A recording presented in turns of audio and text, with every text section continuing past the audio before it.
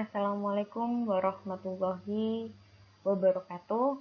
Alhamdulillah kita bertemu lagi ya, walaupun hanya secara virtual. Semoga materi yang saya sampaikan menjadi materi yang bisa kalian pahami dengan mudah dan menjadi ilmu yang barokah.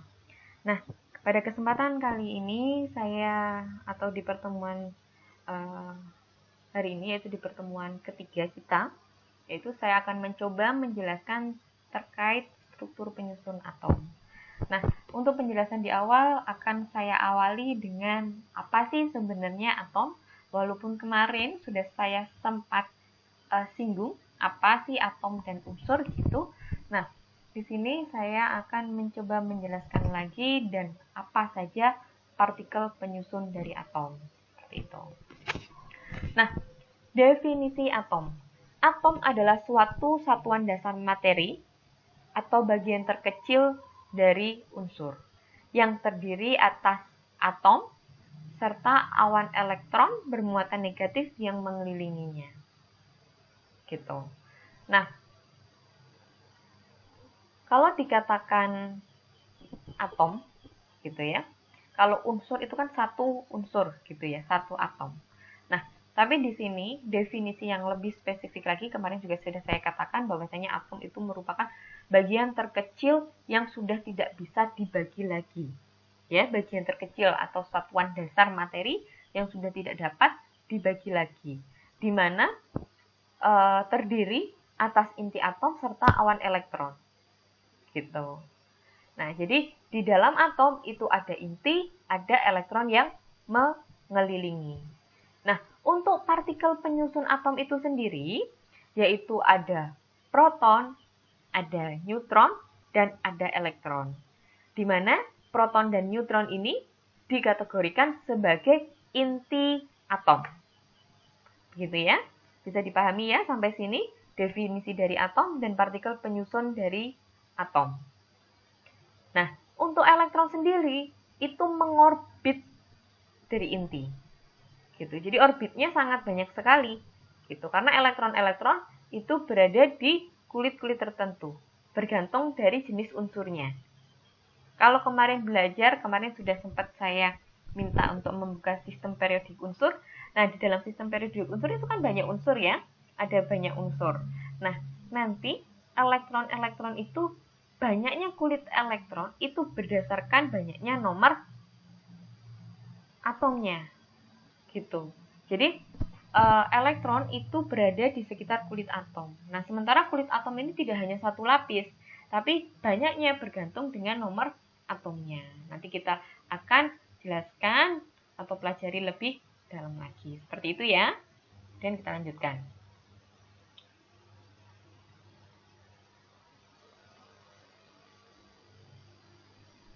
Mari ya.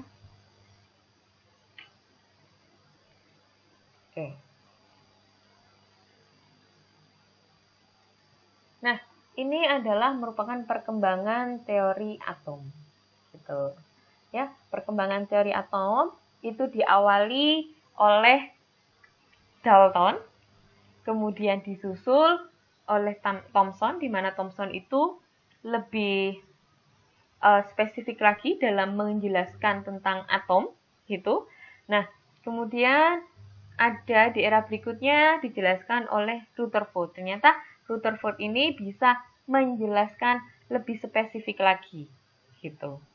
Ya, terus disusun oleh Bohr.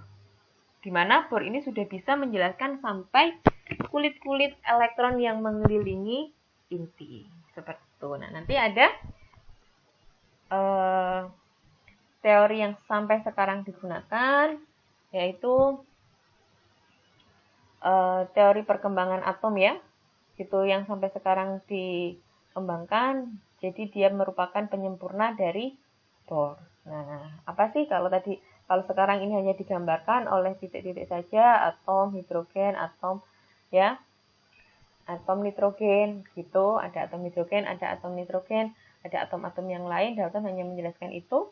Nah, sementara di Thomson dari gambar ini terlihat bahwasanya ada materi bermuatan positif dan materi bermuatan negatif, atau yang dikatakan materi bermuatan negatif adalah elektron, materi bermuatan positif adalah proton. Gitu. Nah, Rutherford dari gambar ini, Rutherford sudah mampu menjelaskan adanya ruang hampa, adanya kulit atom atau lintasan elektron, kemudian di dalam lintasan elektron itu terdapat elektron, dan kemudian di pusatnya ada inti atom. Dia akan lebih spesifik lagi. Kemudian Bohr apakah sampai cukup di situ saja? Kemudian Bohr meneliti lagi. Oh, ternyata lintasan elektron atau kulit atom itu tidak hanya satu lapis. Ternyata ada N1, N2, N3, N4, N5. Nah, ini Bohr yang bisa menjelaskan. Nah, lebih lengkapnya lagi, marilah kita lihat untuk yang selanjutnya. Nah, model atom Dalton. Atom merupakan bagian terkecil dari unsur yang sudah tidak dapat dibagi lagi. Itu kata Dalton. Nah, atom digambarkan sebagai bola pejal yang sangat kecil. Ya, suatu unsur memiliki atom-atom yang identik dan berbeda untuk unsur yang berbeda. Gitu. Jadi, unsur atom hidrogen dan nitrogen, unsur nitrogen dan unsur hidrogen itu memiliki bentuk yang berbeda. Gitu. Tapi antar atom hidrogen itu bentuknya sama atau identik. Kemudian Dalton mengatakan apa lagi? Atom-atom bergabung membentuk senyawa dengan perbandingan bilangan bulat dan sederhana. Misalnya, air terdiri atom-atom hidrogen dan atom-atom oksigen. Nah, untuk air, rumus kimianya adalah H2O. Sehingga bisa dikatakan bahwasannya air terdiri atas atom-atom hidrogen dan atom-atom oksigen. Kemudian, reaksi kimia merupakan pemisahan atau penggabungan atau penyusunan kembali dari atom-atom. Sehingga atom tidak dapat diciptakan atau dimusnahkan. Kenapa? Karena kalau atom itu tidak mengalami pemisahan, dia akan mengalami penggabungan. Dan kemungkinan dia juga mengalami penyusunan kembali. Seperti itu. Nah, kelemahan dari model atom Dalton ini yaitu tidak dapat menerangkan adanya proton, neutron, dan elektron. Dia cuma mengatakan saja bahwasanya ini loh ada atom hidrogen, ini loh ada atom nitrogen. Apakah di dalam atom itu ada unsur penyusunnya, ada materi penyusun yang lebih kecil lagi? Dia tidak dapat menjelaskan. Kemudian pendapat dari Dalton ini disempurnakan lagi oleh temannya yang bernama Thomson.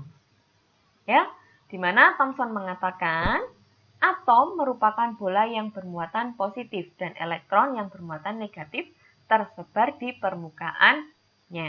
Atom bersifat netral sehingga muatan positif sama dengan muatan negatif. Gitu. Ya. Jadi Thomson itu mengatakan bahwasannya atom itu bersifat netral. Gitu. Dan kemudian atom di awal juga mengatakan bahwasanya atom merupakan bola yang bermuatan positif dan elektron yang bermuatan negatif tersebar di permukaannya. Jadi dia masih belum spesifik. Jadi ada elektronnya itu tersebar di permukaan dari atom. Gitu. Nah, dia cuma mengatakan seperti itu aja. Ada muatan positif dan muatan negatif, di mana muatan positif dan negatifnya itu tersebar di permukaan. Tidak ada pemisah, oh positifnya di inti, oh negatifnya itu ada di kulit. Tidak ada, belum ada seperti itu. Gitu.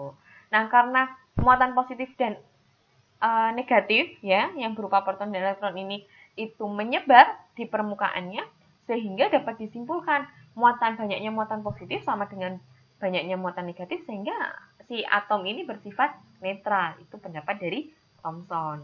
Nah, kelemahannya apa? Tidak dapat menerangkan perbedaan elektron di dalam peredaran elektron di dalam atom gitu. Apakah dia benar-benar melintasi atau tersebar di permukaannya? Dia tidak bisa membuktikan itu. Dia kan mengatakan bahwasannya positif dan negatif itu tersebar di permukaan, tapi dia tidak bisa membuktikan bahwasannya memang elektron itu beredar di dalam atom gitu. Itu ya. Kemudian kita lanjutkan lagi.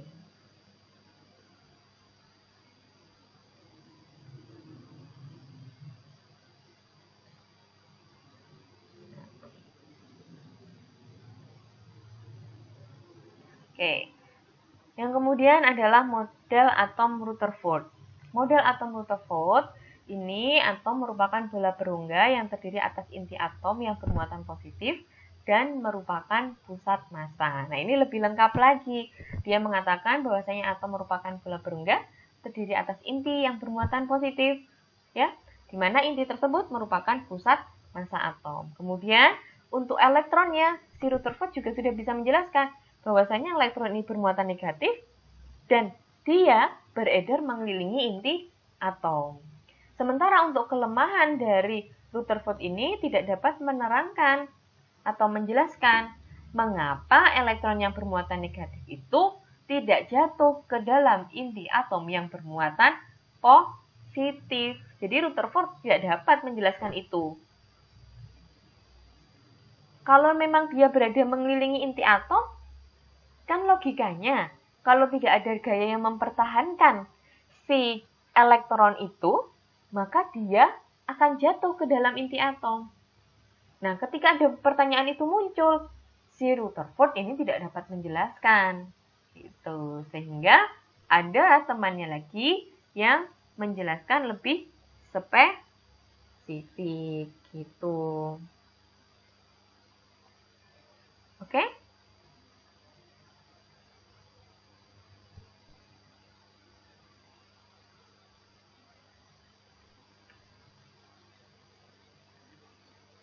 Nah, kemudian disempurnakan model atom Niels Bohr. Teori Bohr menyebutkan elektron hanya dapat berpindah orbit, lintasan, kulit dengan melibatkan energi. Itu Bohr ya. Jadi, menyebutkan elektron itu hanya dapat berpindah kalau dia itu berpindah terhadap orbitnya, lintasannya, atau kulitnya. Nah, ketika dia berpindah, dia memerlukan energi yang cukup untuk berpindah ke lintasan yang lain. Sehingga disempurnakan dalam teori atom mekanika kuantum, ya, terdapat daerah kebolehjadian lintasan elektron, yaitu yang disebut kulit atau N1, N2, N3. Tapi di sini kita belajarnya kulit K, L, M, N, dan seterusnya. Di mana kulit-kulit tersebut itu berada di sekitar inti. Kulit elektron ini masih memiliki subtingkat energi yang berbeda yang disebut sebagai orbital.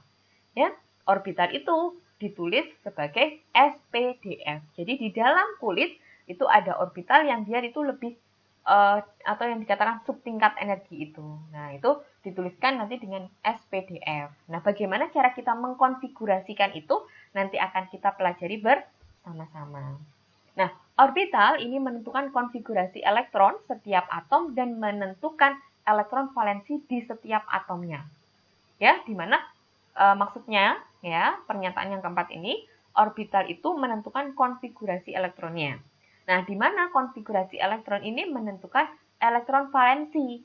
Nah, terus gunanya apa elektron valensi itu?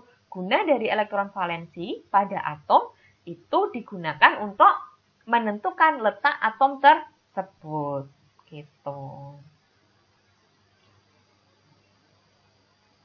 Oke, kemudian nah ini teori dari apa itu namanya model atom Bohr ini, Niels Bohr ini.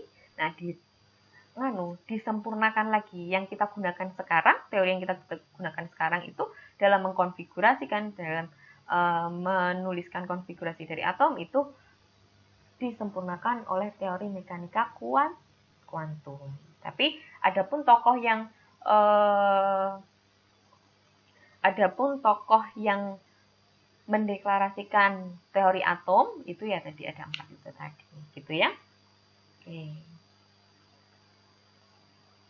Nah, ini yang disebut tabel periodik unsur kimia. Tuh. Tabel periodik unsur kimia itu ada berbagai macam. Nah, nanti gunanya elektron valensi itu untuk menentukan letaknya si atom ini ada di mana, si unsur ini ada di mana, gitu. Menentukan golongannya. Jadi elektron valensinya itu dia berada di golongan berapa. Maka kita harus mengetahui. Jadi di tabel periodik unsur ini kita bisa mengetahui golongan dari si atom atau unsur dan periodenya. Gitu. Periode dari unsur tersebut. Gitu. Nanti kita akan belajar bagaimana cara mengkonfigurasikan. Misal dia punya nomor atom 4.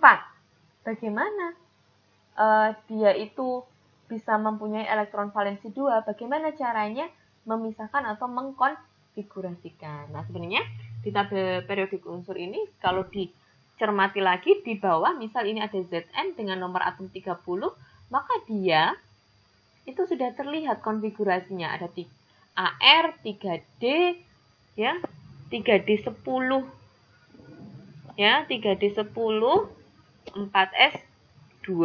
Nah, di situ nanti kita akan belajar sebenarnya apa sih maksud dari itu. Nanti kita belajar, kita menggunakan SPDF, tapi sebelum itu kita menggunakan yang lebih sederhana dulu. Ya, misal dia nomor atomnya 10, gitu ya. Maka kalau dikonfigurasikan menjadi 28. Nah, 8 ini merupakan elektron valensinya. Nah, itu ada syarat yang harus dipenuhi. Nanti kita akan belajar itu. Gitu ya. Sabar-sabar. Karena kita hari ini masih mempelajari tentang teorinya bagaimana. Dan struktur ya, penyusun dari atom. Nah, nomor atom, nomor massa. Di dalam tabel periodik unsur tadi, ya, kalau kita cermati, saya bukakan lagi. Nih, ada Zn ya. Itu di sini ada 30, di sini ada nomor massa. Nomor atom, nomor massa. Gitu. Nah, di sini kalau menuliskan ini ada A ya. Ada X, ada Z. A ini merupakan nomor massa. Z ini merupakan nomor atom. X ini merupakan lambang dari unsur atau atomnya. Kalau tadi Zn, ya berarti di sini tulis Zn. Bisa diganti hidrogen, nitrogen, dan lain sebagainya. Yang jelas harus unsur atau atom. Sekarang, apa sih sebenarnya atau yang disebut dengan nomor massa? Nomor massa adalah proton ditambah dengan neutron. Gitu. Sementara untuk nomor atom, ya, nomor atom itu mendefinisikan jumlah proton yang ada di dalam unsur, ya, yang mana jumlah proton yang ada di dalam unsur itu sama dengan jumlah elektron. Ya, tadi kan struktur penyusun atom ada proton, ada neutron, ada elektron. Ya kan, ada 3 itu. Ada proton, neutron, elektron. Nah, proton itu merupakan muatan positif. Ya, kalau neutron itu merupakan muatan netral. Sementara untuk elektron itu merupakan muatan negatif. Itu yang diingat-ingat ya. Gitu. Nah, di dalam menuliskan ya, nama atom atau unsur itu kita mengenal simbol seperti ini. A, X, Z. Di mana A-nya adalah nomor massa, Z-nya adalah nomor atom, dan X-nya adalah lambang unsurnya. Gitu. Nah, dari nomor massa dan nomor atom kita bisa mengetahui informasi. Ya, kalau nomor massa yaitu menunjukkan jumlah banyaknya proton ditambah neutron. Kalau nomor atom itu menunjukkan jumlah banyaknya proton, ya, di mana banyaknya proton itu akan sama dengan banyaknya elektron. Nah, sehingga kalau seperti itu, bagaimana cara kita mengetahui banyaknya neutron yang ada di dalam suatu unsur atau suatu atom? Maka kita bisa menghitungnya ya dengan A dikurangi Z. Kenapa? Karena A itu merupakan P plus N, sementara Z itu merupakan P. Sehingga untuk mendapatkan itu, nomor massanya dikurangi nomor atom. Sehingga kita akan mendapatkan atau mengetahui jumlah dari neutron yang ada di dalam suatu unsur atau atom.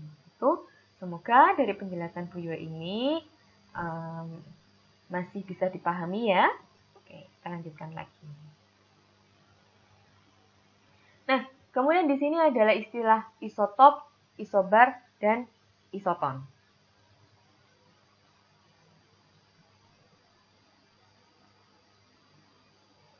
Gitu ya. isotop, isobar, dan isoton. Apa sih isotop, isobar, dan isoton? Isotop adalah atom dengan nomor atom sama tetapi masanya berbeda. Jadi dikatakan isotop itu apabila atom dengan nomor atom sama tetapi masanya berbeda. Isotop yang sama apanya? Nomor atomnya, nomor masanya berbeda. Contohnya ada 12, 6 ya. Berarti nomor masanya 12, nomor atomnya itu 6. Ada juga jenis karbon yang lain, yaitu nomor atomnya 6, tapi nomor masanya 13. Nah, bentuk yang seperti ini, ya, bentuk yang seperti ini itu yang dinamakan isotop. Jadi, suatu atom itu bisa memiliki nomor massa yang berbeda-beda. Gitu. Nah, kalau yang sama itu nomor atomnya, berarti dia dikatakan isotop. Kalau yang sama nomor massanya, dia dikatakan isobar.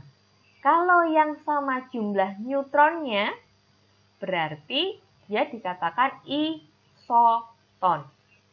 Tadi sudah diajari bahwasanya untuk menentukan neutron itu 39, ini kan contohnya 39K19, sehingga nomor massa dikurangi nomor atom. Dia akan mendapatkan jumlah neutronnya. Gitu ya, ini contoh-contohnya. Insya Allah akan lebih mudah untuk dipahami karena sudah ada definisinya dan sudah ada contohnya. Gitu. Ya, ini yang membedakan lagi kalau kalian teliti. Ketika nomor massa itu sama, ya, nomor massa suatu atom sama, jelas nomor atomnya dia berbeda, kan gitu. Kalau nomor atom dari suatu unsur itu berbeda, maka jenisnya pun juga berbeda. Berbeda untuk yang isotop. Kalau yang isotop yang sama adalah nomor atomnya. Jadi jenis atomnya pasti sama. Yang membedakan hanya nomor massanya saja. Tapi kalau yang dikatakan isobar, ya, kan itu yang sama cuman nomor massanya. Nomor atomnya berbeda. Sementara nomor atom itu menunjukkan letak dari si atomnya kan. Sehingga kalau nomor atomnya berbeda, berarti atomnya itu juga akan berbeda. Ya, jenis atomnya juga akan berbeda. Begitu pula dengan neutron. Atau ya ketika neutronnya sama atau yang dikatakan isoton, peristiwa isoton ini, ya, berarti dia akan memiliki nomor atom yang berbeda. Seperti itu ya. Oke.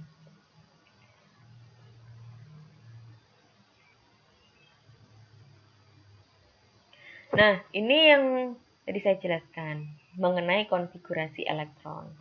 Ya, apa sih yang disebut dengan konfigurasi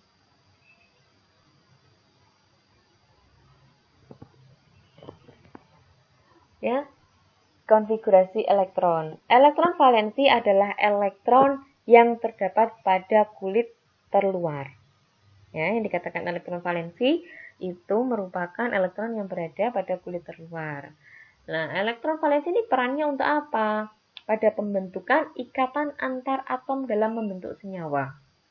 Gitu. Jadi, nanti elektron valensi ini akan memudahkan si atom untuk berikatan dengan atom yang lainnya. Sehingga sifat kimia unsur itu akan banyak ditentukan oleh elektron valensinya. Ya, jadi dia memiliki suatu sifat yang korosif atau dia mudah meledak. Nah, itu ditunjukkan dari sifat kimianya, ya, berarti dari sifat kimianya toh. Nah, ditentukan oleh siapa? Elektron valensinya. Gitu. Karena dari elektron valensi ini dia juga dapat membentuk suatu ikatan antar atom. Seperti itu. Nah, unsur yang mempunyai elektron valensi sama, ya, yang memiliki elektron valensi yang sama, dia akan memiliki sifat yang mirip gitu atau serupa. Nah, susunan elektron yang paling stabil ini mempunyai 8 elektron pada kulit terluar. Contohnya seperti nomor atom 10.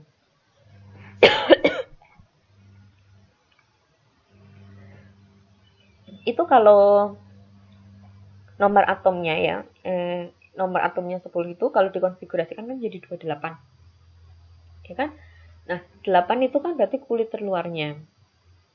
Itu untuk metode yang mudah dalam mengkonfigurasikan ya. Nah, tapi yang digunakan di perkuliahan nanti kita yang SPDF gitu. Ya, 8 elektron pada kulit terluarnya itu memiliki sifat yang stabil. Susunan elektronnya itu stabil. Kecuali atom helium.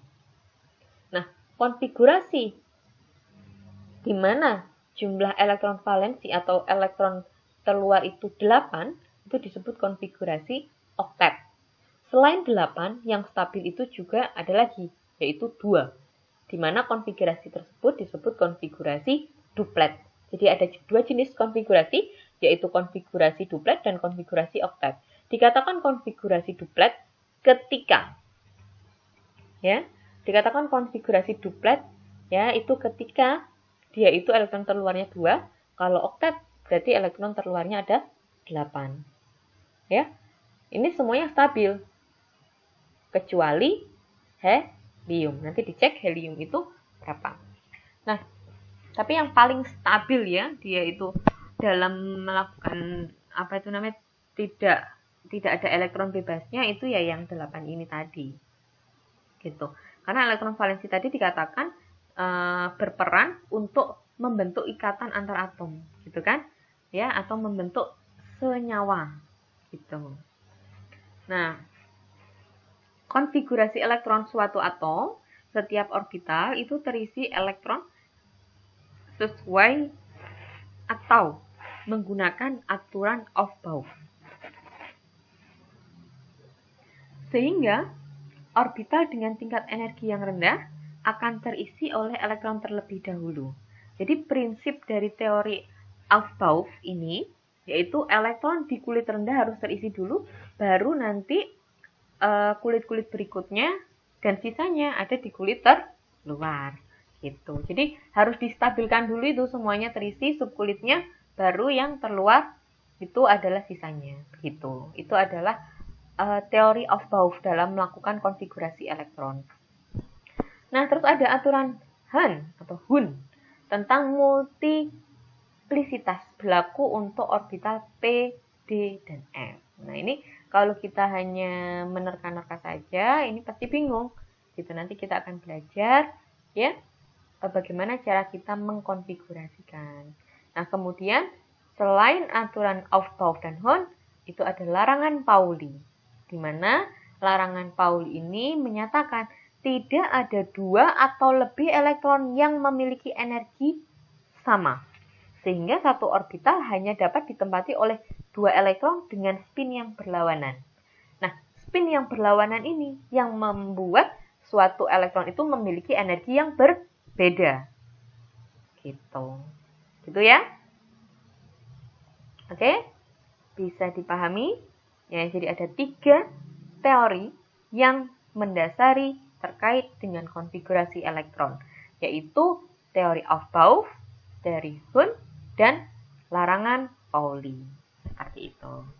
Yang kita lanjutkan, ini sudah sampai akhir materinya. Nah, ini adalah contohnya, ya, contoh, ya, sedikit contoh, biar nanti kalian tidak terlalu bingung. Nah, ini lebih mudah, kita lihat langsung contoh yang kedua.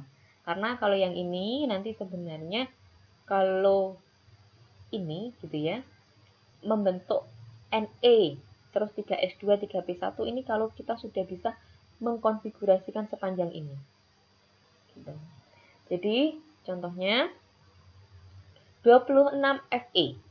Ya, jadi nomor atomnya adalah 26. Itu kalau kita disuruh mengkonfigurasikan, yaitu jadi 1S2, 2S2, 2P6, 3S2, 3P6, 4S2, dan 3D6. Ya, kalau S maksimal terisi 2, ya, P maksimal terisi 3 spinnya, kamarnya ada 3. Ya, yang dimaksud kamar itu kotak-kotaknya. Ada 3, tapi spin yang bisa terisi di kotak-kotak tersebut itu ada 6. Gitu. Nah, nanti kita lakukan diskusi ya, nanti di sesi diskusi. Terus kemudian biar kalian nanti mungkin ada pertanyaan dari penjelasan saya ini tadi, sehingga nanti sesi diskusinya akan lebih menarik.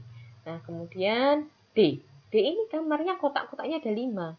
Maksimal spin yang terisi di situ ada 10. Gitu. Jadi sisa di sini adalah 4S2, 3D6. Sehingga elektron valensi yang terbentuk adalah 8. Gitu.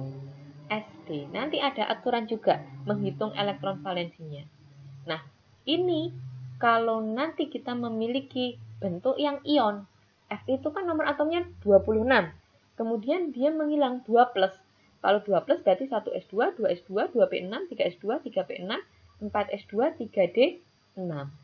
Nah, 2 plus artinya si ion Fe ini dia melepas 2 elektron. Kalau dia melepas 2 elektron, ya, kalau dia melepas 2 elektron, berarti yang elektron yang keluar duluan dari orbitnya itu yang berada di subkulit S. Gitu. Karena subkulit S itu subkulit yang paling terluar. Ini harus dihilangkan dulu. Nggak boleh dari D sini. Gitu. Ini hilang sehingga sisanya 3D6. Sehingga ion Fe2+ ini memiliki elektron valensi 6. Seperti itu. Nah, ini sedikit contoh bagaimana cara kita mengkonfigurasikan. Kemudian, misal kita masukkan ke 13Al ini. Nah, pada 13Al ini kan ditulis Ne 3S2 3P1. Ne ini jumlahnya elektron itu ada 10. Ya, ada 10. Dari mana konfigurasinya? 1S2, 2S2, 2P6. Nah, ini itu dirangkum menjadi Ne karena nomor atom Ne konfigurasinya ini. Gitu. Ya, jadi kalau ditulis di sini 1S2, 2S2, 2P6, 3S2, 3P1. Itu merupakan konfigurasi untuk Al. Gitu. Nah, bagaimana elektron valensinya? Ada S, ada P, berarti ini harus dijumlahkan. Ya, penggabungan antara S dan P ini merupakan elektron valensinya. Elektron valensinya adalah 3, bukan 1. Ini juga ada aturannya. Gitu ya. Nanti akan kita bahas pada sesi diskusi. Oke? Mungkin itu saja yang bisa Ibu sampaikan terkait materi ini. Kemudian kita akan lanjutkan dengan sesi diskusi. Itu untuk sesi penjelasan materi. Saya cukupkan sampai di sini. Apabila ada pertanyaan, kita lanjutkan ke dalam sesi diskusi. Apabila dalam penyampaian materi, Bu Yua mungkin banyak salah kata atau ada kata-kata Bu Yua yang menyinggung kalian, Ibu Yua mohon maaf yang sebesar-besarnya. Dan semoga sedikit materi yang saya sampaikan ini bisa menjadi ilmu yang barokah untuk teman-teman mahasiswa sekalian. Saya akhiri, wabillahi taufiq wal hidayah. Wassalamualaikum warahmatullahi wabarakatuh.